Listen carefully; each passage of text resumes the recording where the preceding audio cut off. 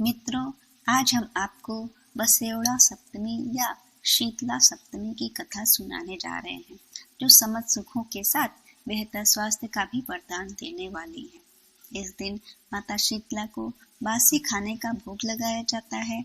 इस दिन माता को ठंडा प्रदान करने वाली देवी के नाम से भी जाना जाता है। कहते हैं इनकी उपासना से आरोग्य का वरदान प्राप्त होता है। मित्रों, स्वागत है आपका आपके अपने चैनल बावन महाराज डिवोशनल डायरी में। हिंदू पंचांग के अनुसार चैत्र मास के कृष्ण पक्ष की सप्तमी तिथि को शीतला सप्तमी का व्रत रखा जाता है। शीतला सप्तमी सर्दियों के खत्म होने का प्रतीक माना जाता है। इस शुभ अवसर पर माँ शीतला को बासी खाने का भोग लगाया जाता है। ऐसी मान्यता है कि ऐसा करने से माँ प्रसन्न होती हैं और अपने भक्तों को सुख शांति प्रदान करती हैं तथा आरोग्य होने का वरदान भी देती हैं। आज इस वीडियो में शीतला माता की 4 पौराणिक कहानियों के बारे में बतलाने जा रही हूँ। कहानी नंबर 1। बहुत समय पहले की बात है। किसी गांव में होली के बाद चैत का महीना आया। शीतला सप्तमी माता आई। सभी लोग कहने लगे, माता आई, माता आई। शीतला माता के स्वागत के लिए किसी ने हलवा बनाया, किसी ने लपसी। माता को गरम गरम खाने का भोग लगाया। माता के अंग अंग में आग सी जलने लगी तो माता दौड़ी दौड़ी कुम्हार के घर पहुंची। कुम्हार से माता ने कहा, मेरा अंग अंग जल रहा है। कुम्हार ने ठंडी मिट्टी से लेप कर दिया। शीतला माता को थोड़ा आराम मिला। उसके बाद उन्होंने बोला कुम्हार से, बेटा मुझे भूख लगी है। कुम्हार के घर में रात की बनी रोटी और राबड़ी रखी हुई थी। उसने माता को वही खिला दिया, जिससे माता का ताप शांत हुआ। माता कुम्हार पर प्रसन्न होकर बोली, सारी नगरी में हाहाकार होगा, केवल तेरा घर बचेगा और तेरे घर में सदा अन्न और धन के भंडारे भरे रहेंगे। अब सारी नगरी त्राहि त्राहि करने लगी और कुम्हार का घर बच गया। सभी लोगों ने कुम्हार से पूछा कि भाई तुमने क्या जादू किया है कि तेरा घर बच गया और पूरा नगर नष्ट हो रहा है। कुम्हार बोला, मैंने माता को शीतल किया है। तुम सबने माता को गरम गरम भोजन कराया, जिससे माता के अंग अंग में छाले हो गए। इसी कारण माता का कोप हुआ और नगर में त्राहि त्राहि मच गई। लोगों ने पूछा, माता कहाँ है? तब कुम्हार कहता है, माता नीम की छाया में बैठी है। माता नीम की छाया में बैठी हैं। उसके बाद सभी लोग माता शीतला की शरण में गए और माता से क्षमा मांगी और माँ ने कहा, तुमने मुझे गरम गरम भोजन कराया, जिससे मेरे मुंह में छाले हो गए। कुम्हार ने मुझे ठंडा भोजन कराया, जिससे मुझे ठंडक मिली। इसी कारण मेरे क्रोध से सारा नगर नष्ट हो गया और कुम्हार का घर महल जैसा बन गया। लोगों ने माता से विनती की कि मैया अब हम क्या करें?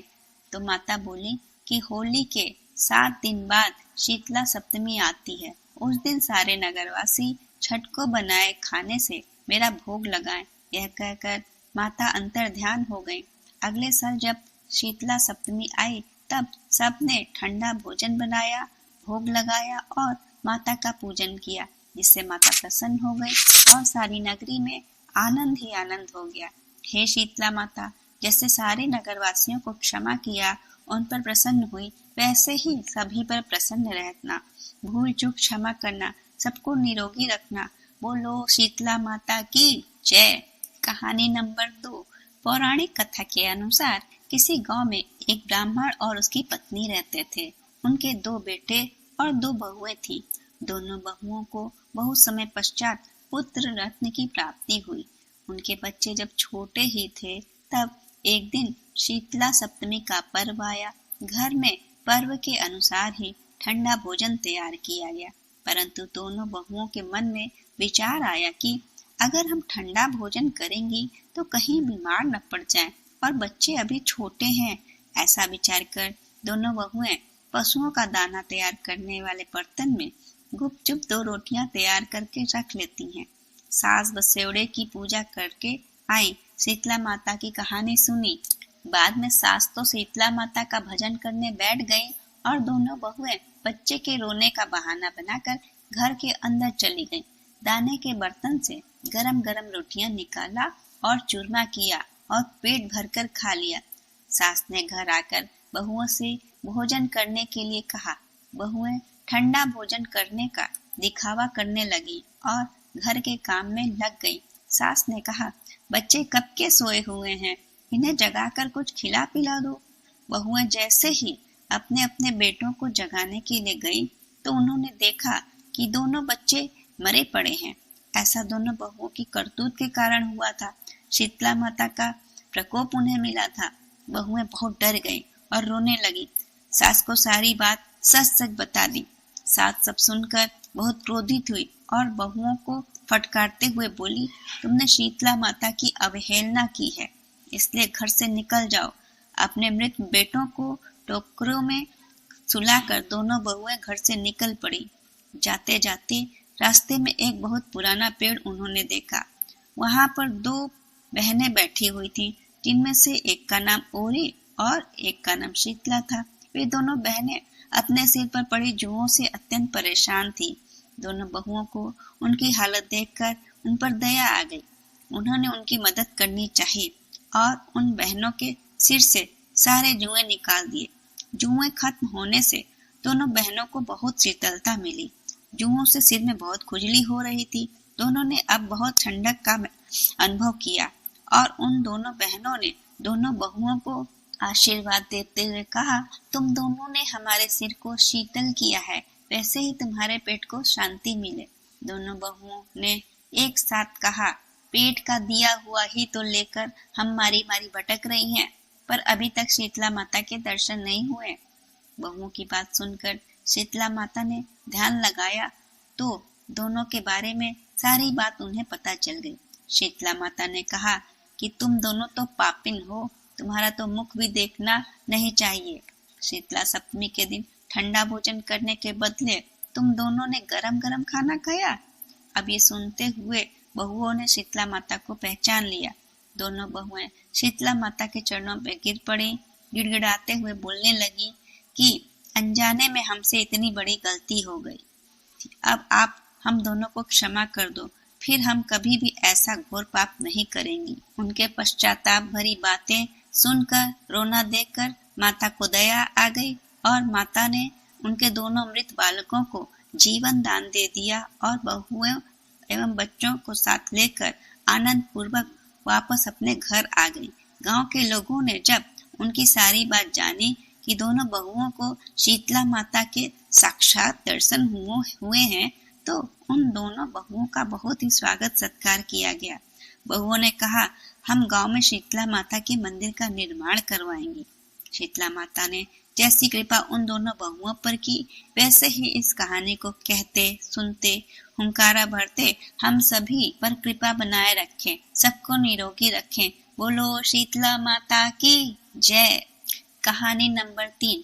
एक बार शीतला माता ने सोचा कि चलो आज देखूं कि पृथ्वी पर मेरी पूजा कौन करता है, कौन मुझसे मानता है।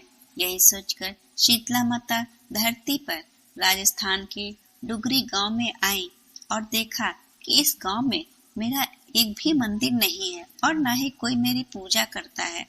शीतला माता गांव की गलियों में घूम रही थी, तभी एक मकान के ऊपर से किसी ने चावल का उबला हुआ पानी यानी चावल का माड़ उनसे नीचे फेंका तो उबला हुआ पानी शीतला माता के ऊपर पड़ा, जिससे शीतला माता के शरीर में फफोले पड़ गए।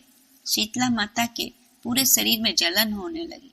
शीतला माता गांव में इधर उधर भाग भाग कर चिल्लाने लगी, अरे मैं जल गई, मेरा शरीर तप रहा है, कोई मेरी सहायता करो।